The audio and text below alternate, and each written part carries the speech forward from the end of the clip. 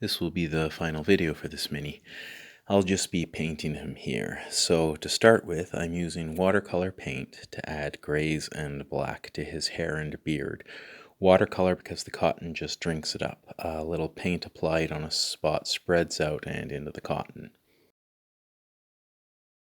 As the cotton gets wet, it gets heavier and takes on more definite form, not so much an amorphous cloud around his head anymore.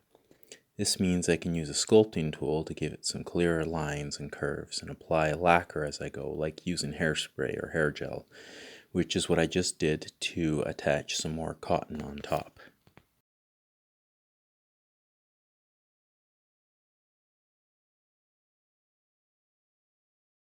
For the base, since it was molded from a stack of pennies, I just apply some copper-colored acrylic paint.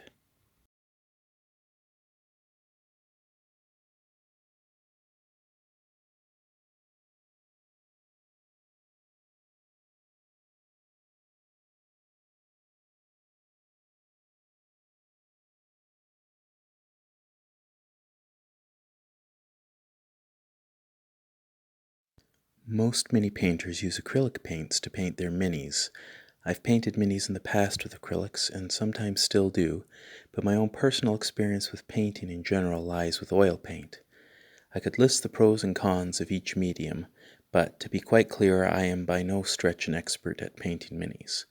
In my larger scale painting, which I do on canvas, I'm not one for many fine details. I almost always paint in more expressive, impressionistic strokes, which does not translate well to painting minis. But oil is a familiar medium to me, and I go back to it when I can.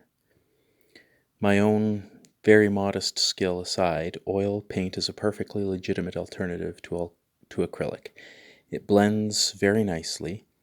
I thin it out a lot with turpenoid, so the drying time isn't too long at all, and its oily nature delivers some really realistic flesh tones.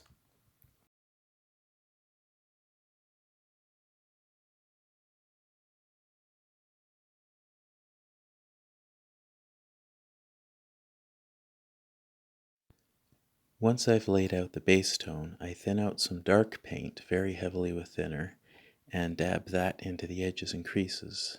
This darker wash gives the figure its dark tones and it drains well into the deeper cracks and edges to really bring out the lines of the figure. This is especially critical in bringing out that texture in the chainmail sleeve to really make it stand out. I also added a little oil paint to the hair and beard that I started with watercolor to give it some more color variety so it's not just an even gray cloud, because that watercolor soaks out and spreads out really evenly. Then I go back and forth a bit, dabbing lighter and darker blobs here and there and blending them in. Again, I'm no pro at this, but it's enough to highlight the dimensions and bring a little more life and character to the figure.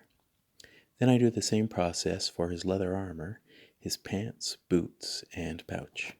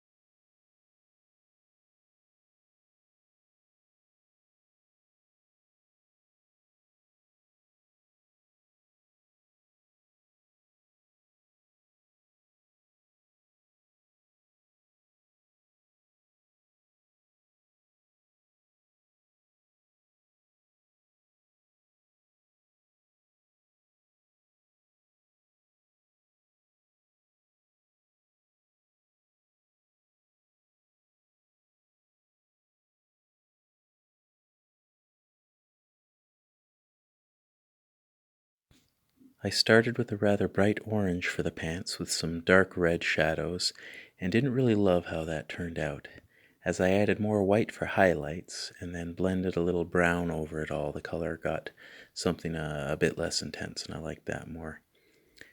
As you can see, I quickly dabbed some white in several spots where highlights will be. Because of oil paint's slower drying time, then I have plenty of time to clean the excess off my brush, then go back to each point and blend it around, wipe a little more off my brush as I'm going on a cloth as I need to, and slowly get that blend done as I like.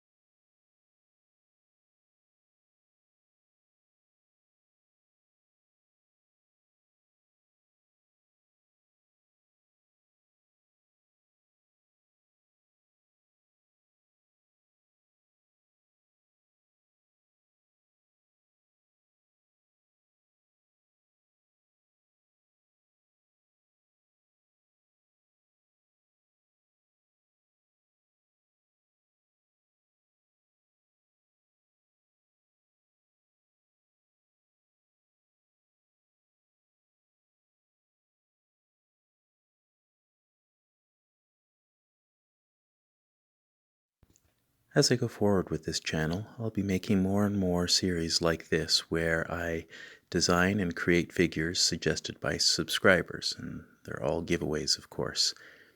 I have my next project already lined up, Bjorn, a champion of nature. If you have an idea for a beloved character of yours which you'd love to see sculpted into a tabletop mini, comment in the comment section below, or in the comment section of my future videos as well. I'll be choosing another video from the comments of subscribers. If these videos interest you, please continue to watch and join me on my own journey as I grow in skill as a mini sculptor. And as always, I'd love it if you hit the like and subscribe buttons. Thank you, and see you next time.